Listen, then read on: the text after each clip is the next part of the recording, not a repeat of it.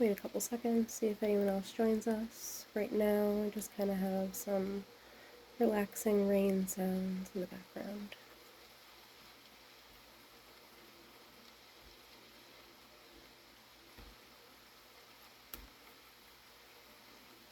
Wait a couple more seconds, see if anyone else is going to jump on. If you see me looking down, I'm looking at my notes.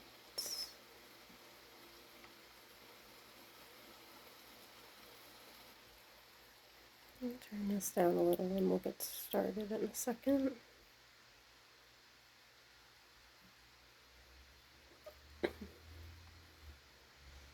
Welcome to Cognition. I am excited to be here and to be sharing this masterclass with you. Looking forward to seeing who else is going to join us. I am also recording this off to the side so I can post the replay. That way it can be readily available for anyone. Okay, today is going to be about self-care, self-sabotage. We all know we should take some moments for ourselves and at least a few minutes throughout the day, but a lot of times it seems easier said than done, right? It's funny to me that we as humans will run for our phone charger at the first sight of low battery, but we ignore our own need to recharge until we feel both drained and irritable. We all have our own forms of self-care and ways to recharge. Personally, I enjoy taking time for my skincare routine, time to reflect and journal, read on my Kindle or a physical book if recommended by a friend. Even relaxing in nature. Sometimes you even just need a hot shower. The list goes on. Other people recharging could be going to grab a coffee, maybe some retail therapy, going to get your nails done, a pedicure, or even a nap. When I say self-care, something comes to mind for you. Lately, I set reminders in my phone so that I don't let myself forget my routines that happen at night. My skincare, for example. I have friends who are moms. I personally am not a mom. I have 2 dogs, and I'm a dog mom, but I don't have kids yet. And a lot of people say that after they've had kids, they find that they let themselves fall to the wayside and they start to not take care of their needs as much. Their self-care routine kind of falls aside. And don't mind me, water, because I'm going to be talking a lot to you.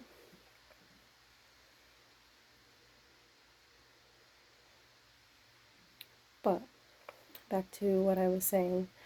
Let your kids think that it's the new normal to see you start to spend time with yourself, or know that mommy needs to take her 10 to 15 minutes and it's time to go watch a movie or read a book or maybe work on some homework.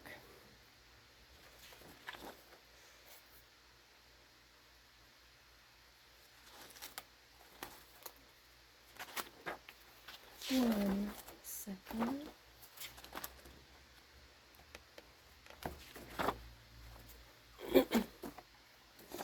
Maybe you're looking for a coffee, but you're unable to go and leave the house because you have a young child, but you can bring Dunkin' or Starbucks home. You can buy the iced coffee or the iced espresso. They now have the cold foam. And you can do that and a little bit of caramel or whatever your topping of choice is to have a little bougie at-home drink. I enjoy keeping it in a tumbler so that it stays cold. You could find a cheap pack of the mason jars with the cute little wooden lids and the glass spoons. There's all different ways to spice up your self-care routine at home and bring the wants of what you can get out into the world back home. You don't have to leave to get the fancy iced coffee. You can just take 5 minutes in the kitchen and then you can go back to what you were doing. You can also do stemless glasses. Sometimes I like to have an ice water in those, just spice things up a bit. Or if you're like me and you have a skincare routine, Up-level that with your jade or quartz roller for using serums, or even an ice roller if you feel like you have to decrease inflammation in your face, or if you have redness, rollers help to reduce that. Some of the skincare products that I use are Murad because they're backed by both science and dermatologists, and I find them to be a little bit more affordable than some of the other products, but everyone has what works best for them.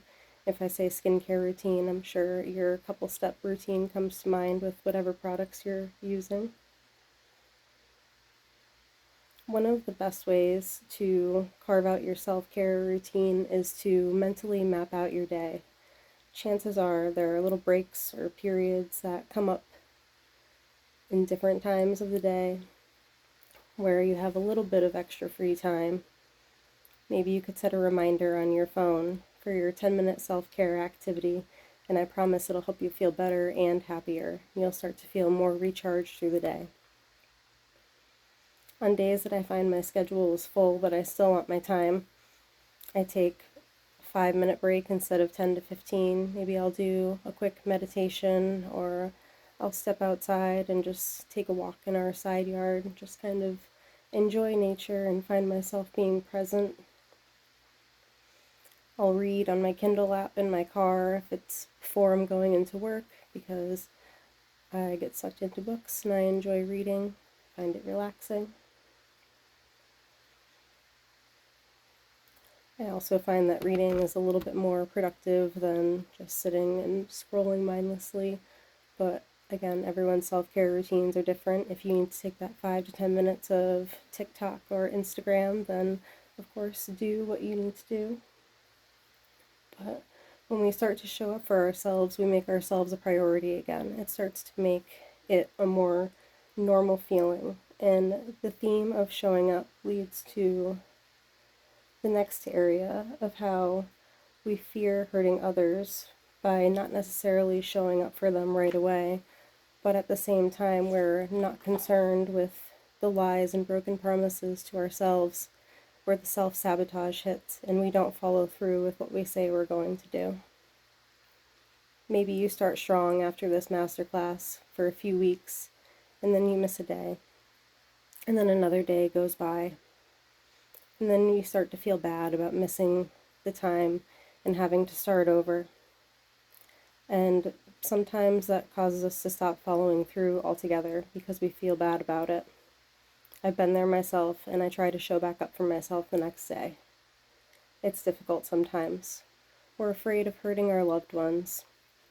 But why are we not afraid of hurting ourselves and not tending to our needs and giving ourselves the ability to recharge and rebuild our sanity after the stresses of all of the everyday environments in our world, whether it be at work, at home, whatever is going on. There's little stressors that pop up. You need to take time for yourself so that way you can relax and center again. We wait until we're burnt out and exhausted, or we get sick and we have no choice but to be bedridden. And then we have to take it easy. And then we can start to tend to things. But then you're so exhausted you don't want to. And you know you just need to rest. The people pleaser mentality inside us gives us the feelings of guilt when we go to take care of ourselves for a few minutes. But we don't have to feel guilty, because we need to remind ourselves that it's important to show up as our best selves for our loved ones. They would much rather us disappear for 5 to 10 minutes and do our skincare, take a 20-minute book read, even a quick walk outside, so that way you can be more present later when you're trying to have family time and you're sitting down at dinner and talking about your day. You've already taken the time to unwind. Now you're not stressed from what was happening anymore. You can approach things from a calmer state of mind.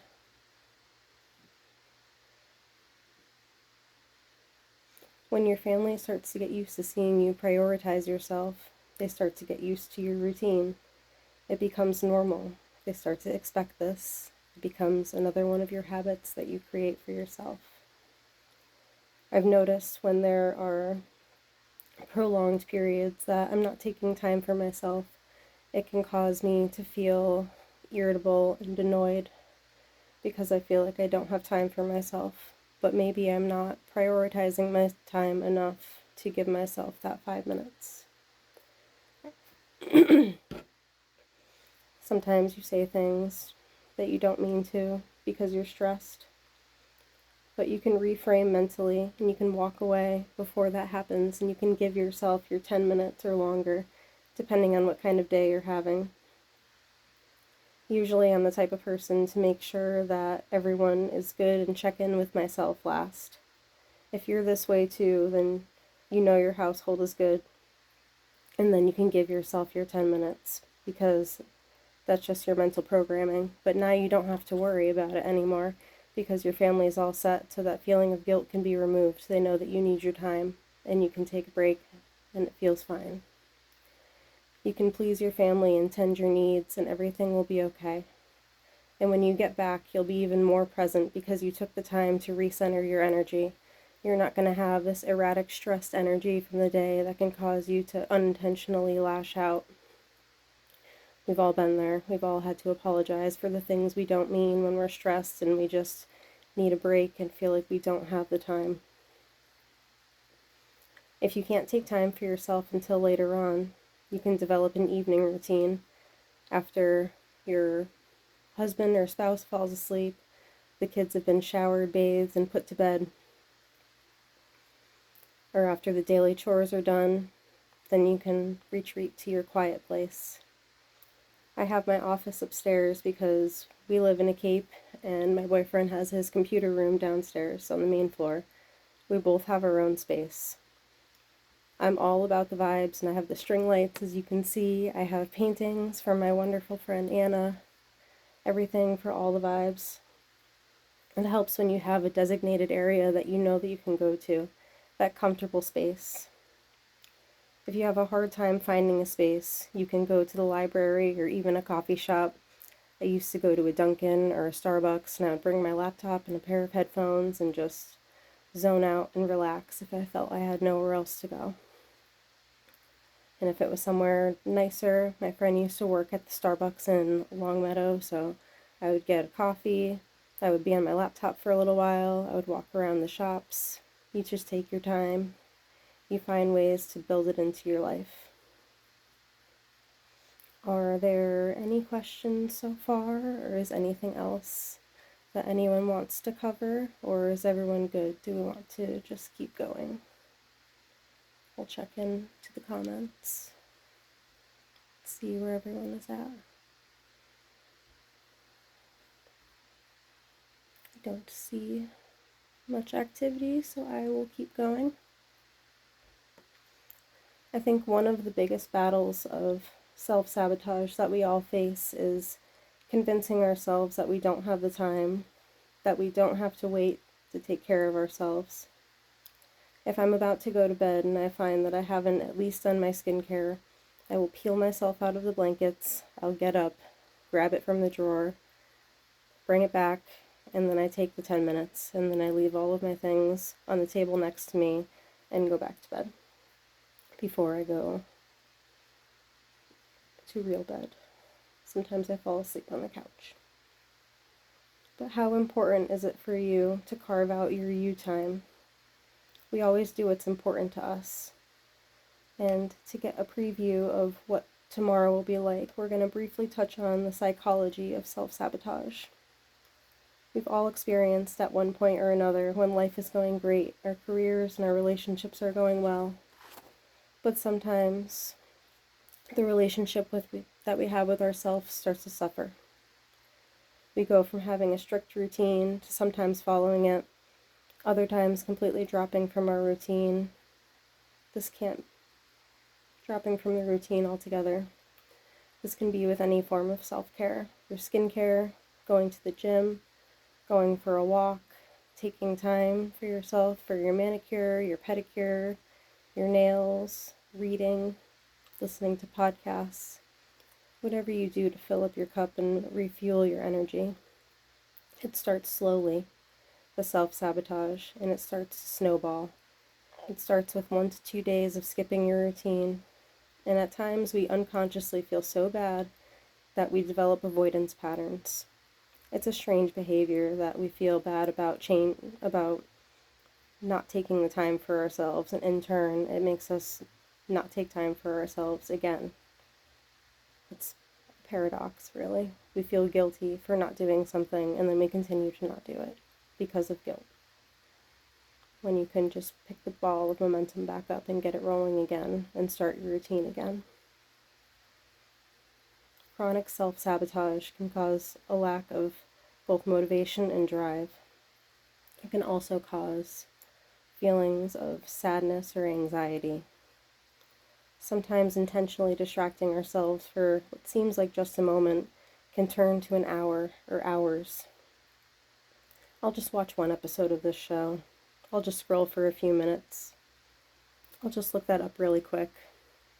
Just one more page, one more chapter. Now I'm at the end of the book. I'll look up. This is okay sometimes, but too much can lead to self-sabotage from the goals that we're also wanting to work towards simultaneously, while trying to have a healthy amount of relaxed time in between. Sometimes fear can cause procrastination or a lack in motivation, but it's easier than we think to refocus and get started again. The first step to reframing our patterns is self-awareness and noticing any sabotaging behaviors and changing them in the moment. You can reframe with positive affirmations. You can journal to talk out how you feel. The next step to reframing is changing your reaction from negative to positive and reinforcing those positive behaviors so that your overall state of mind is in a better place. The world can feel demanding while constantly trying to fulfill the needs of others, the needs of your loved ones. But if you put yourself in the back burners, you'll start to experience burnout, exhaustion, and misplaced irritability. Your loved ones are supportive of your needs, and they'll happily accommodate your newly carved chunk of time that you've made for yourself. They might start to get so used to it that they'll be your accountability buddy. They might notice if you fall off. Hey, did you go on your walk today? I didn't see you go outside. Have you been doing your skincare lately? I feel like you've missed a couple days. They start to pick up on your habits and wonder why you're falling off. It starts to become the new normal. That's how you know that your routine has set in. Your family's used to seeing you do the things that light you up. It's how they know that you're more present in the moment now because you have that time for yourself. Create a game plan for your 15 to 20 minute routine that works best for you, and I promise it gets easier to show up for yourself in an effortless way for the world around you. Create your self-care routine and add a post to this group where you tag me, and I want to see how everyone is going to start to make positive changes and rebuild their self-care routine. Start small. Even if you miss a day, that's okay. Pick the ball up again. You miss a couple days, that's okay. You can start over again. Can't tell you how many times I've fallen off and started over again, but the important part is that we start over again. You continue to make yourself a priority. You don't let yourself get burnt out before you start to make time for yourself. This is what I have for you today. I am going to keep the replay available in the group for as long as anybody needs. I will be on standby for a few minutes if there are any other questions or comments. I hope that you found everything helpful today. I appreciate everyone who has come out.